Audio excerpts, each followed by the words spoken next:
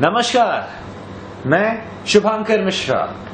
हमारे show UP police की कहानी आम जनता की जुबानी में आप सभी दर्शकों का हार्दिक स्वागत और अभिनंदन करता हूं।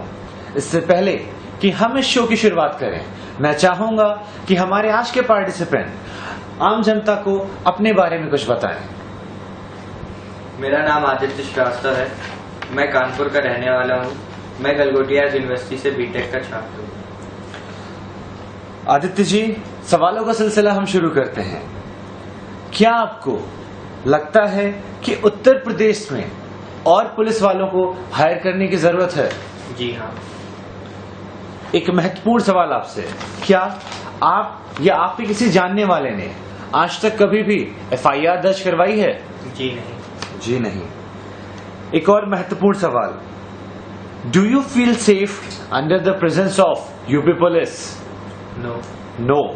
आप कहना चाहते हैं कि आप उत्तर प्रदेश पुलिस की प्रेजेंस में अपने आप को सेफ महसूस नहीं करते हैं, हाँ या ना? नहीं। जी नहीं। आप महसूस नहीं करते जी हैं। नहीं। In case of any eventuality, would you prefer taking the matter to police और in your own hands? First, I will try to solve it by my own hands. But further, if it would be complicated, then I will take the help of UP Police. Do you trust on functioning of Uttar Pradesh Police? No. No. आप ये कहना चाहते हैं कि आपको Uttar Pradesh police की functioning पे भरोसा नहीं है? जी नहीं। जी नहीं। गौरव जी, एक और महत्वपूर्ण सवाल महिलाओं के विषय को लेकर, क्या आपको लगता है कि महिलाओं के मुद्दों को लेकर हमारी उत्तर प्रदेश की पुलिस वाकई में गंभीर है? जी, कुछ समय से तो लग रहा है कि गंभीर है। क्या आपको इस विषय की जानकारी है कि उत्तर प्रदेश की पुलिस ने महिलाओं की सुरक्षा के लिए एक वुमेन हेल्पलाइन नंबर लॉन्च किया है? जी हाँ। जी हाँ। चलिए, एक महत्वपूर्ण सवाल आपसे, एक आम जनता की तरफ से एक सवाल एक बार आया था, उस सवाल को मैं आपसे पूछना चाहूंगा कि इस देश में के कानून के हिसाब से हर चीज में प्रामाणिकता की वैल्यू होती है। हम आपसे ये जानना चाहेंगे कि जब आपने आज तक कभी कोई केस नहीं किया, जैसा कि आपने कहा आप या आपके किसी भी जानने वाले ने आज तक कभी कोई केस नहीं किया, तो वो कौन से मुद्दे, वो कौन सी बुनियादी बातें थी जिनके आधार पे आपने उत्तर प्रदेश की पुलिस की फंक्शनिंग पे सवाल उठाए? वो कौन सी ऐसी बातें थी जिनको लेके आपने ये कहा कि आप उत्तर प्रदेश पुलिस की प्रेजेंस में अपने आप को सुरक्षित महसूस नहीं करते, क्योंकि आप एक युवा हैं? ये सवाल इसलिए ज्यादा महत्वपूर्ण होता है क्योंकि एक युवा जो इस देश का भविष्य है, एक भविष्य ये कह रहा है कि मैं उस प्रदेश की फंक्शनिंग में भरोसा नहीं करता जिस प्रदेश से, अगर मैं सही हूं तो जिस प्रदेश से इस देश की सरकार चलती है, तो इस देश की सरकार चलाने वाले प्रदेश की सबसे बड़ी संस्था पे आप भरोसा नहीं करते हैं। हम जानना चाहेंगे।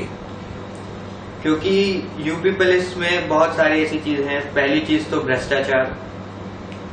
मैं इन मुद्दों पे मैं एक सवाल करना चाहूंगा। जब आपने उनकी प्रामाणिकता नहीं जांची, वो कौन से मुद्दे हैं? सिर्फ कही सुनी बातों के आधार पे ही आप उन पे इल्जाम लगा रहे हैं?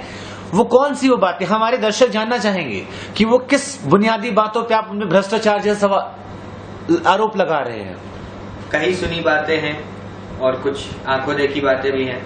जैसे कभी भी कोई एफआईआर करने जाता है तो यूपी पुलिस एफआईआर करने में बहुत थोड़ा करती है, उनको पैसे चाहिए रहते हैं। और ट्रैफिक पुलिस में भी यही हाल है। किसी भी आते जाते आदमी को लोग रोक करके उनसे पैसा लेते हैं, तो उनमें भ्रष्टाचार है। क्या आपको ये लगता है कि उत्तर प्रदेश पुलिस की कार्यवाही में नौकरशाहों का प्रभाव पड़ता है? जी हाँ। जी हाँ। चलिए आदित्य जी, आजकल की दुनिया में आजकल का सवाल, क्या फिल्म पुलिस और वास्तविक पुलिस में बहुत ज्यादा अंतर है? जी हाँ। जी हाँ। बहुत बहुत शुक्रिया आदित्य जी आपका इस शो में आने का। जाते जाते हम युवाओं की तरफ से, क्योंकि आप खुद एक युवा हैं, आपने जैसे बताया कि आप बीटेक की पढ़ाई कर रहे हैं, तो एक युवा सोच के अनुसार वो कौन सी ऐसी बातें होंगी जिनके आधार पर आप एक संदेश देना चाहेंगे आम जनता को, उत्तर प्रदेश पुलिस को, कि वो आपस में एक दूसरे से रिश्ते अपने बेहतर कर सकें? पहली चीज तो मैं ये कहना चाहूंगा कि जो आम जनता है वो भी पुलिस का सहयोग करे, पुलिस को अंडर एस्टिमेट ना करे, जिससे कि पुलिस उन पे और सहायता कर सके उनकी। और कुछ चीजें हैं जो पुलिस वालों को भी जनता के लिए करनी चाहिए, जिससे कि वो उनकी सहायता कर सकें। बहुत बहुत शुक्रिया आदित्य जी आपका शो में आने का। इसे हम दुर्भाग्य कहें या इत्तेफाक कि इस देश का युवा, वो युवा जो कल इस देश को चलाने वाला है, आज भी कहीं सुनी बातों के आधार पे अपनी राय रखना पसंद करता है। फिर मिलेंगे किसी दिन किसी और शख्सियत के साथ। तब तक के लिए जय हिंद, जय भारत। बहुत बहुत शुक्रिया।